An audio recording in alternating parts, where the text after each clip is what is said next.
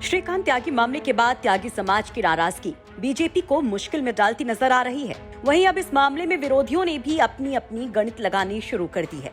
नरेश टिकैत के बाद आरएलडी ने भी अब इस मामले में बीजेपी के खिलाफ मोर्चा खोल दिया है और हथियार बनाया उसी नारी अस्मिता को जिसकी बात लाल किले के प्राचीर से खुद पीएम मोदी करते हैं, जिसका जिक्र बीजेपी नेताओं के जुबान पर हर वक्त रहता है।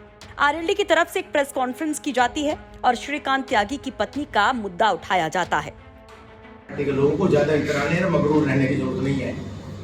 लोक दल के लोग चरण सिंह के अनुयायी उस काम में आ गए हैं, इसलिए मैं आपसे निवेदन करने आ गया हूँ कि हम लोग इसको बर्दाश्त नहीं करेंगे। ये घटना बिल्कुल अमानवीय घटना है, ये घटना तानाशाही की घटना है, ये बिल्कुल अधनायकवादी घटना। मैं पूछना चाहता हूँ कि उस लड़की से मिलने पर रोक क्यों लगा रखी है उसके परिवार से। मैं आपके जरिए मैं पुलिस कमिश्नर को बात करूँगा, मैं गेजा भी जाऊँगा उसके परिवार के लोगों के पास, मैं उस लड़की से मिलूंगा। मैं पूछना चाहता हूँ कि उस लड़की को जिसको 3 दिन बंद रखा, आज सोसाइटी में मैं महेश शर्मा से भी सवाल करता हूँ कि एक लड़की के लिए तुम 3 दिन सोसाइटी में खड़े रहे। आज तक ये नहीं पूछना गया उसका सांसद, उसका विधायक आज तक उससे ये पूछ नहीं गया कि भाई तेरे साथ क्या हुआ। तो ये नाकाबिले बर्दाश्त है। इसलिए मैं आपसे निवेदन करना है कि आप छूटे चौखंबा राज के पक्ष हो, जो डॉक्टर लोहिया चौखंबा राज की बात करते थे। 4 खंभों पे टिका हुआ समाज है, इसमें एक आप, तो आपको भी ठीक है। अभी मैंने एक दोस्त को कहा, तो फोन आया, कहाँ हो, कि हम सारे जो जितने भी फोटोग्राफर वो हैं मीडिया वाले, बड़े बड़े टीवी वाले, वो सब श्रीकांत पेश कैसे हो रहा उसके फोटो विजुअल ले रहे हैं, श्रीकांत का विजुअल ले रहे हैं। मैंने कहा मेरे यारो उसका विजुअल ले रहे हो, मैं तो हंस रहा था उससे। मैंने कहा एक विजुअल मेरा भी ले लो, मैं यहाँ बात करने वाला एक महिला के लिए। अगर कोई भारतीय जनता पार्टी का किसी तरह का नेता गलत काम कर रहा है तो उस पर कार्रवाई होनी चाहिए।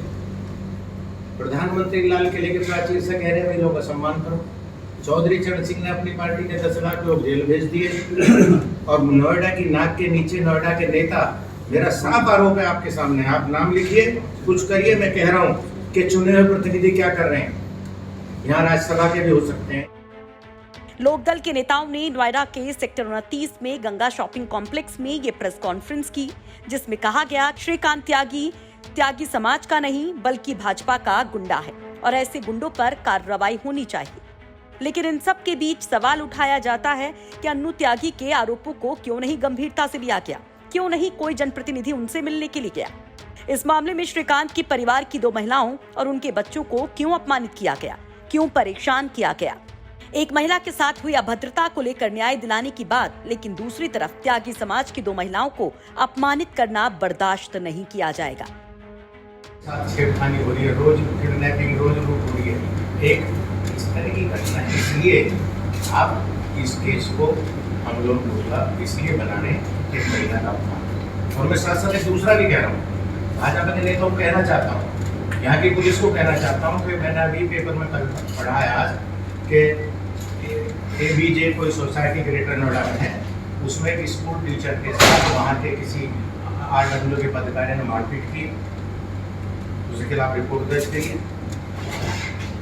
वहाँ कोई कार्रवाई नहीं करें।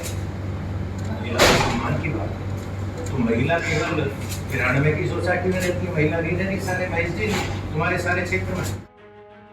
आपको बता दें कि अन्नू त्यागी ने पुलिस पर टॉर्चर करने का आरोप लगाया था। पुरुष थाने में उनको 48 घंटे रखने और बच्चों से बात न करने देने का आरोप लगाया था।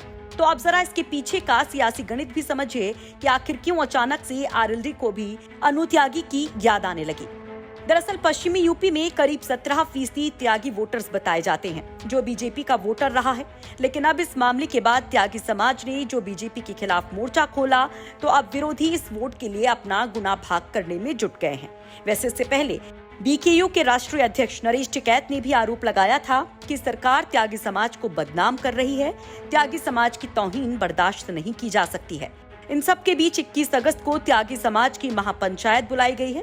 हालांकि हालात को देखते हुए बीजेपी सांसद महेश शर्मा ने पहले ही श्रीकांत त्यागी के परिवार के साथ सहानुभूति वो जता चुके हैं और इस मामले को पूरे त्यागी समाज से न जोड़ने की अपील भी कर चुके हैं। लेकिन क्या वाकई ये मामला यहाँ थम जाएगा या फिर बीजेपी के लिए 2024 चुनाव में ये भारी पड़ जाएगा? इस पर आप भी अपनी राय जरूर रखिए।